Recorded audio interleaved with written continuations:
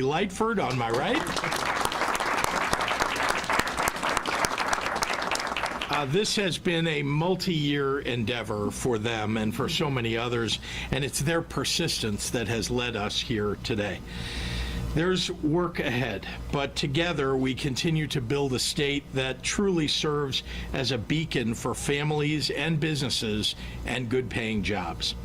With that, I'd like to introduce my partner in governance, the world's greatest Lieutenant Governor, Juliana Stratton.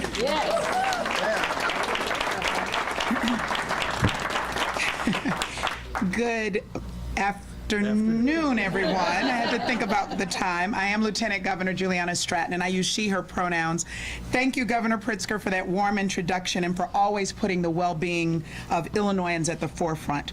The governor has already acknowledged the incredible leaders, advocates, men and women of organized labor, business leaders, and elected officials joining us today who every day work for the people. So thank you all for getting us to this monumental moment. But I certainly also want to uplift the chief sponsors of the Paid Leave for All Workers Act, Leader Kimberly Lightford and Speaker Pro Tem Jahan Gordon Booth. It's only fitting, by the way, that during Women's History Month, these two her story makers have led this fight to improve the lives of all families, but especially women who are disproportionately responsible for all forms of caregiving. Today, with the signing of this act, we make it clear that we'll continue to be a national leader when it comes to standing up for our working families and letting our working families know that you are not only valuable, talented, and skilled workers, you are also parents, you are support systems, you are neighbors, and you are caregivers. The Paid Leave for All Workers Act guarantees every working Illinois can get time off for any reason, and everyone deserves this peace of mind. And I say this not only as your Lieutenant Governor, but also as a working mom and a former caregiver. I had the privilege of serving as the primary caregiver for my mom, Velma. And for the last 13 years of her life, she lived with me and my family. And in the last 3 years of her life, she was diagnosed with Alzheimer's-related dementia. And I witnessed firsthand the stress that comes with being a caregiver, of having to navigate this new responsibility while I had to manage being a mom to my daughters and having a career. And while I would do it again in a heartbeat if I could, I remember when there were days that it was hard to get out of the house because I had to tend to my mom's needs. And other days I'd make it to the office, but just when I got settled, I'd be called back home to address some sort of unexpected issue or a need to take her to the doctor.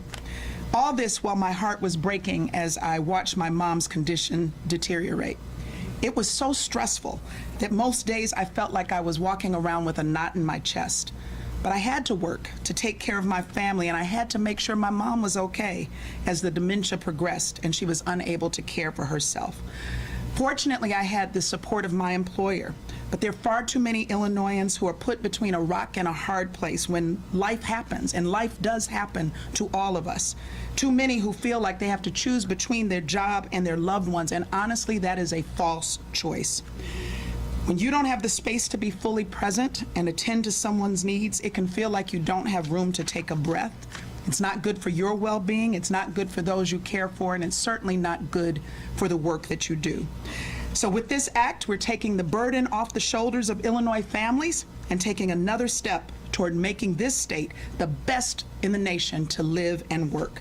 We want you to thrive, and so we say to the families of Illinois, we see you, we hear you, and we'll continue to make progress alongside you.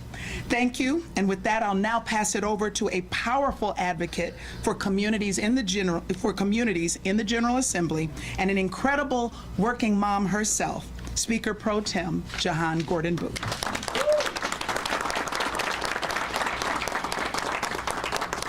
Good afternoon, everyone. Good afternoon. If I could, I want to lift up some folks. Certainly, Senator Lightford and myself had the distinction and the opportunity to be able to stand here at this podium. But this work, the passage, not just the passage, but the signing of this bill today would not be possible if it weren't for a lot of folks. I want to look to my left, and I want to acknowledge Erica Bland, SEIU Healthcare, who has been an amazing partner in this fight. for 4 long but patient years, the women of Women Employed, Sarah Labrady, Wendy Pollock. They are incredible advocates in this space. And frankly, we're working on this bill long before I showed up to the table. My good friend Zach Kotsky, who used to be with UFCW, who was a staunch advocate for this legislation from the very inception. Again, to our partners, not just in labor, but also on the business side. Rob Carr, Alec Leard with the Illinois Retail Merchants Association, Donovan Griffin, and Mark Densler with the IMA. Because again, when we have the ability to pass legislation like this that impacts literally 4 million Illinoisans, it's because of the work that we're able to do together. And I stand here today particularly proud as a working mom who has a young daughter who is in the hospital and in doctor's offices far often than I would ever like her to be. But that is the situation and the hand that we've been dealt, and so we make the best of it. And the reality of it is I feel the luxury to be able to, when I have to pull away, I have the ability to pull away when necessary and have the presence of mind to know that many of the pressures of life, the high cost of electricity, the high cost of groceries, that I don't have to make the choice between being able to put food on my daughter's table, to being able to put food on the table, being able to cover some of those utility costs, but also being able to be present and to be able to do this thing called adulting in a way that provides dignity. And I don't just stand here today with my colleague as a working mom, because that's not what this bill is about. I'm giving you my story because we all show up in this space carrying the stories of ourselves, of our communities on our backs. But this is about bringing dignity to all workers, because that is who is impacted by paid leave for all. All workers in the state of Illinois will be covered by this transformational policy that, again, would not be possible had it not been for the labor community being staunch advocates for this policy, for working men and women in this state. If it wasn't for the advocates stepping up and fighting for this, and the business community holding our hands in partnership in order to be able to deliver such a powerful, powerful benefit to bring dignity to workers all over the state of Illinois. So I'm proud to stand here today with my colleagues and friends and look forward to the signing of this bill, because it has been absolutely a long time coming. Up next to the podium, up next at the podium is someone who needs no introduction, because she has historically been showing us what it means to pass not only progressive policy but pro-business policies here in the state of Illinois, and that's none other than Majority Leader Kimberly Lightford. Thank you. Thank you, Speaker Gordon Booth. She's much too generous. You guys really need to know she worked so hard on this initiative. As the governor stated, and many of us have, it changed hands so many times. This is an issue that has been lingering around the General Assembly for far too long. So I'm really glad that it landed in my lap when it came over to the Senate. I know that former Senator Toy Hutchinson carried this bill for a little bit too, so I wanted to make sure I mentioned Toy. But again, thank you to everyone for coming out today to celebrate this monumental piece of legislation. About 4 million workers, as Speaker Jordan just mentioned, in Illinois, do not have access to even a single sick day. So I want to give you a little story, because I want to say that again. Can you imagine people in this state cannot take a sick day without being penalized or losing their pay? Now, let's think about that for just a second. Imagine your child is down with the flu, a bad cold, or even COVID, and you are one of these millions of people.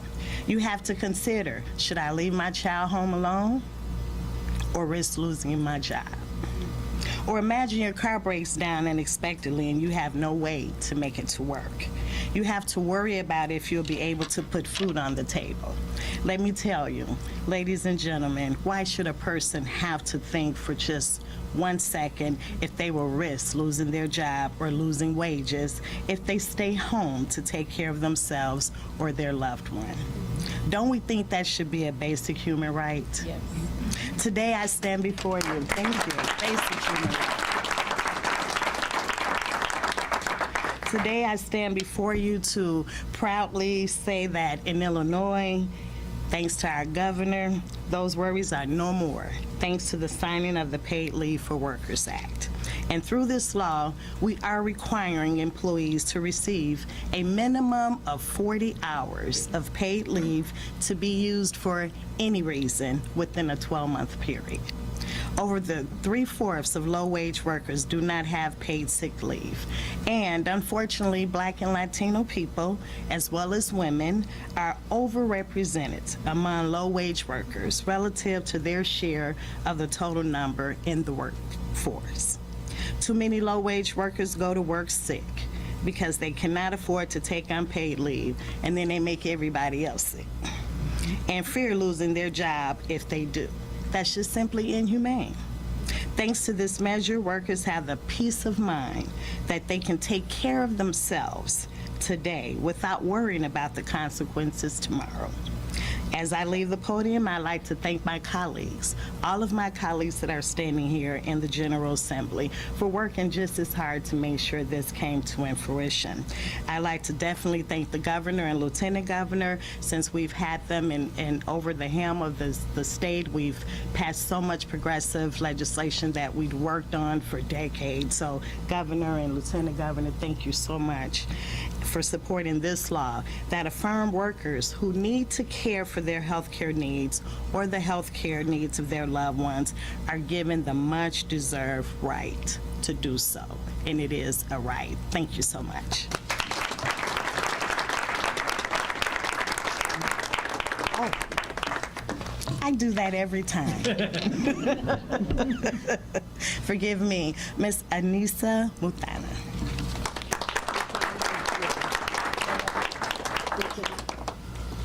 Good afternoon, everyone.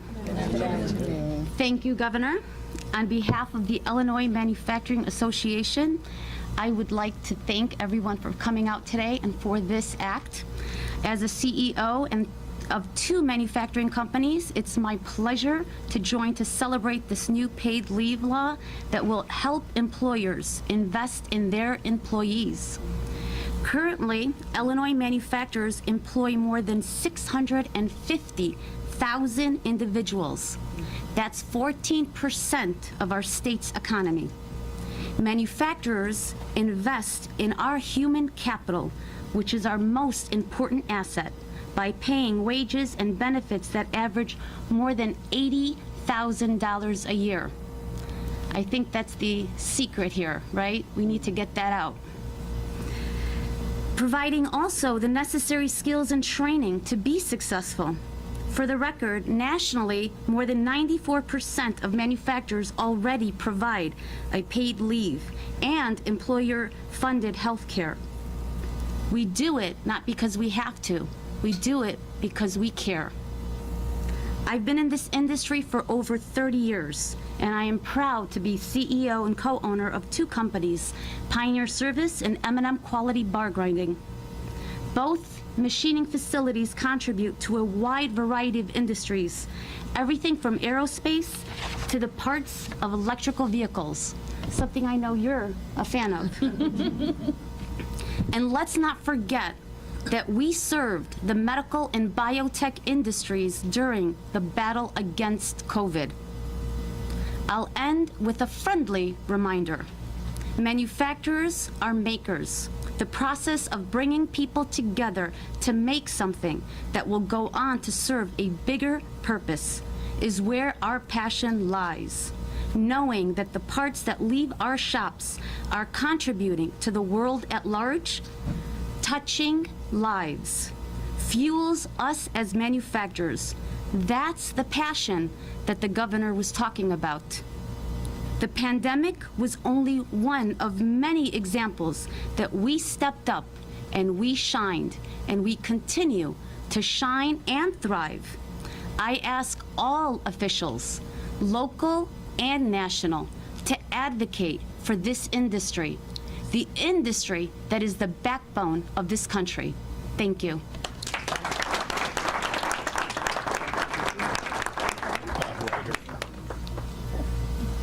I'm sorry. The next speaker is Bob Reeder. Thank you.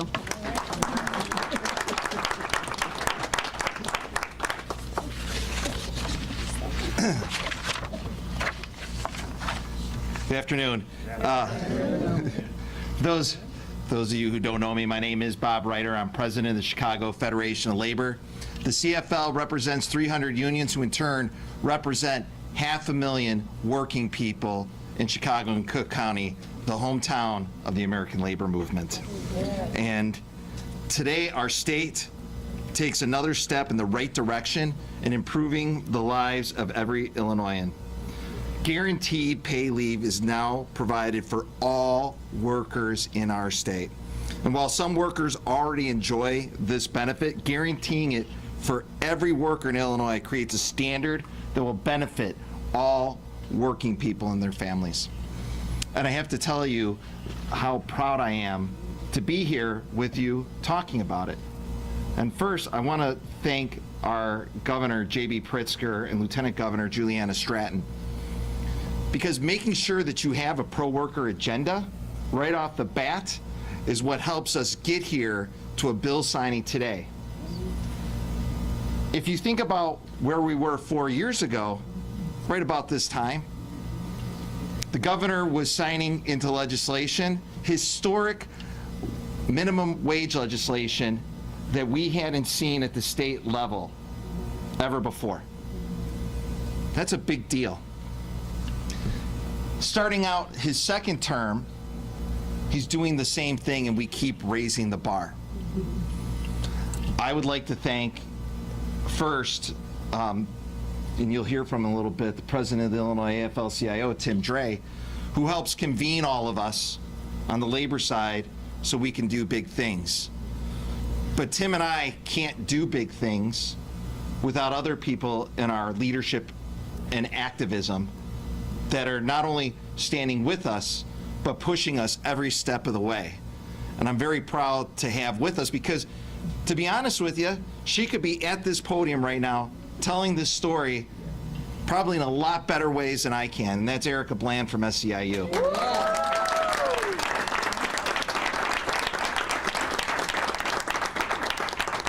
You see, I come from a household that would have benefited from this law.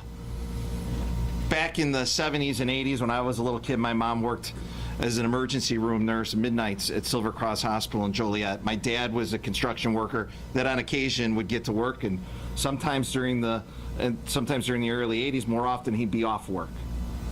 But having these benefits while my parents were trying to scratch things together would have helped them be able to have a more productive family life with all of us.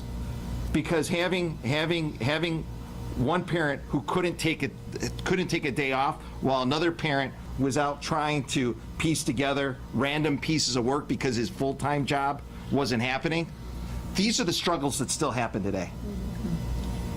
And we're starting to close that gap by passing this kind of legislation. So I want to thank Speaker Pro Tem Jahan Gordon Booth, who's been a staunch advocate, and Leader Lightford, who's been there. It's all right, Kim. But the first time I ever sat with Kim Lightford, was over minimum wage, and it was way before J.B. Pritzker came and helped us get it across the finish line. Because it took this team to make that happen, and this team to make this happen. So I'm going to pass it off to Tim Dre here in a second, but I want to say how incredible it is to celebrate this and move the ball further down the field for workers in Illinois. Thank you.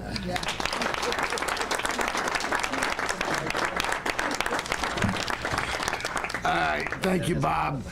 And I want to start out by saying we're talking about parents and things.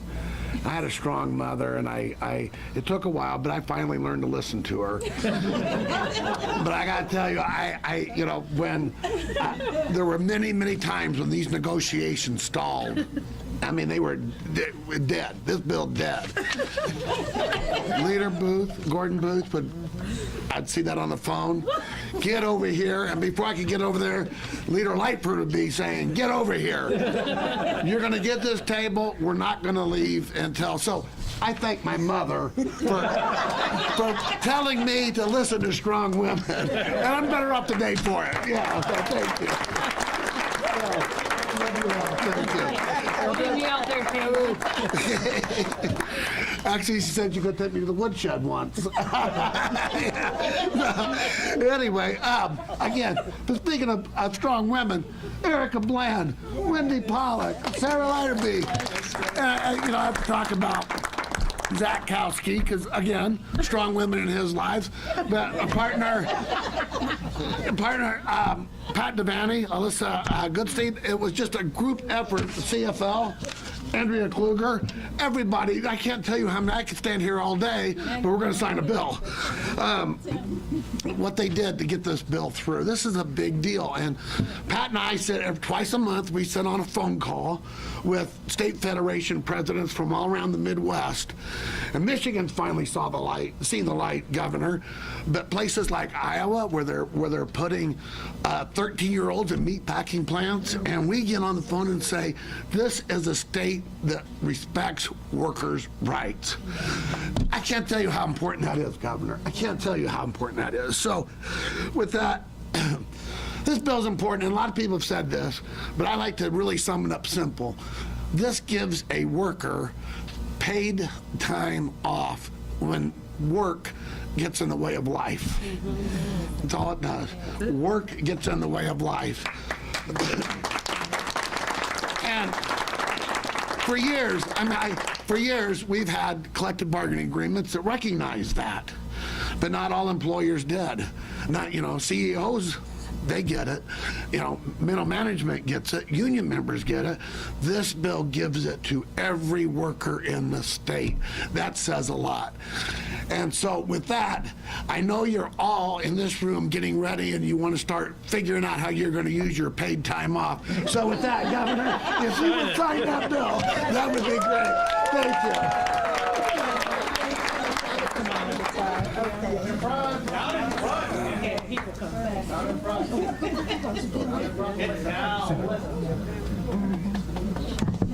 Well, oh, maybe you want to go around the other side? Thank you. And here. You want to go stand on the side?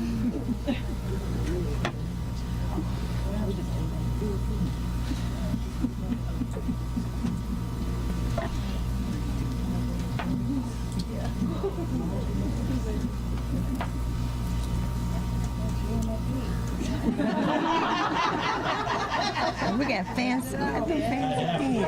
They done changed. I don't think so. They don't got enough.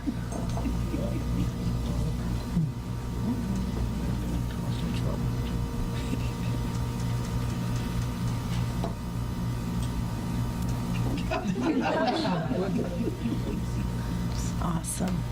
Awesome. Amen.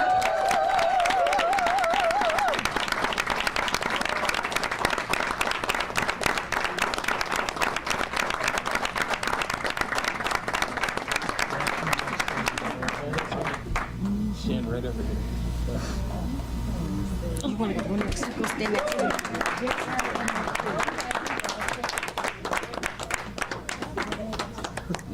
Come on, Wendy. Come on, Sarah. Yep. Yes. Those are the ladies that take credit. The up front and center.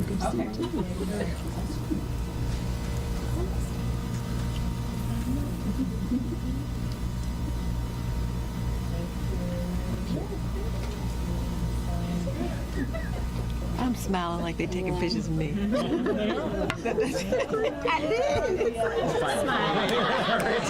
Someone will get it? Yeah.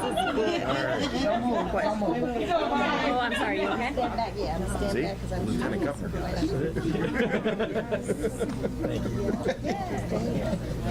Thank you. Okay, I'm going to take a few questions and then we'll wrap it up. Happy to take any questions from members of the media. Yes, ma'am. Good to see you. I think that we can stress that this really is something that provides more than just sick leave, which as we know is already guaranteed for workers within the city of Chicago, but it's really something that is paid leave for any reason. That's right. And it's what's important to recognize is that there are an awful lot of people outside of the city of Chicago who before today did not have any guaranteed paid time off. And so this sets a floor for all of them. And also recognizes how important it is that we, allow families to take just that. Sometimes life gets in the way. Someone said, work gets in the way of life. Sometimes life gets in the way of life. Things happen in your life that are maybe small emergencies to someone else, but a big emergency in your own life. And so this is just one way and one beginning to what needs to happen to guarantee the rights of workers. Governor, have you met with Paul Vallis and Brandon Johnson? Have they asked for your endorsement, and what have you told them?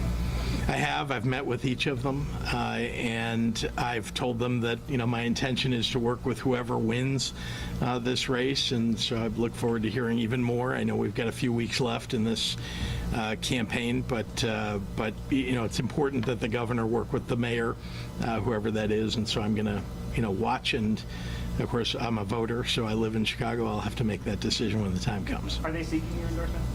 They have, and I've told them, as I've told all of you, I think it's important for me to stay clear of endorsing, mainly because I want to make sure that we're able to work together, whoever it is that wins. The comment for trial starts tomorrow. Are you watching it? What are you hoping to see? Well, I'm a little busy each day, so I know these are happening during the day. I've always said that those who breach the law should be held accountable. Especially when it comes to breaking the public trust. And so, we'll have to see how the trial wears on. But I don't think I'll have a chance to watch each day, maybe some highlights, or maybe I'll get to read in some of your publications. Another court-related question, Governor. Last week, the Supreme Court accepted an appeal on the assault weapons ban out of Macon County. Tomorrow, oral arguments in the Safety Act case. How do you feel? Are you concerned with these two major pieces of legislation that you find hanging in the balance based on what the court decided? Well, I know, it's the last refuge of those who can't win at the ballot box to take something to court to try to have it overturned, even though they are wrong when they say it's unconstitutional. As you know, this is the law, at least talking about the assault weapons ban, it's the law in 8 other states. Illinois is simply the 9th, and we're trying to protect people. It doesn't protect people everywhere all the time for, from firearms, but it does protect a percentage of people, and I think we'll do something to keep the people of Illinois safe. And I think the Supreme Court is going to give it a fair hearing, but I can tell you that all the lawyers and people who are involved in crafting the legislation feel confident that it'll come out the right way. And on cash bail, what's at stake if the court overturns the law that takes away cash bail? I don't expect that they will overturn it. There's no rationale that makes any sense to overturn it. So I'm looking forward to that becoming law. Governor, do you have any words of comfort for small business owners who might be seeing this today and anxious, given the last 3 years of what they've had, the struggles that they've been through, the fact that there are no limitations on what these hours can be used for, concerns that this could put them over the edge and knock them out of business? Well, let's, remember that these are earned, days off. So it's not as if you take a job one day and all of a sudden have 5 days off.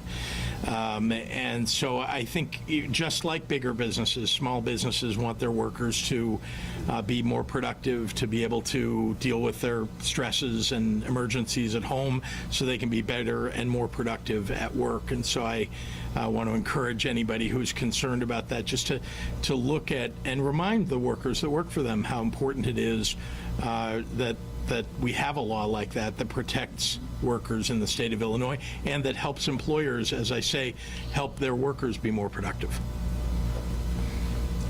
Thanks, everyone. Thank you. Thank you Meeting very you in much. person. Good to meet you, too. Thank you. Nice to see Hopefully you'll come and visit. Would you invite me?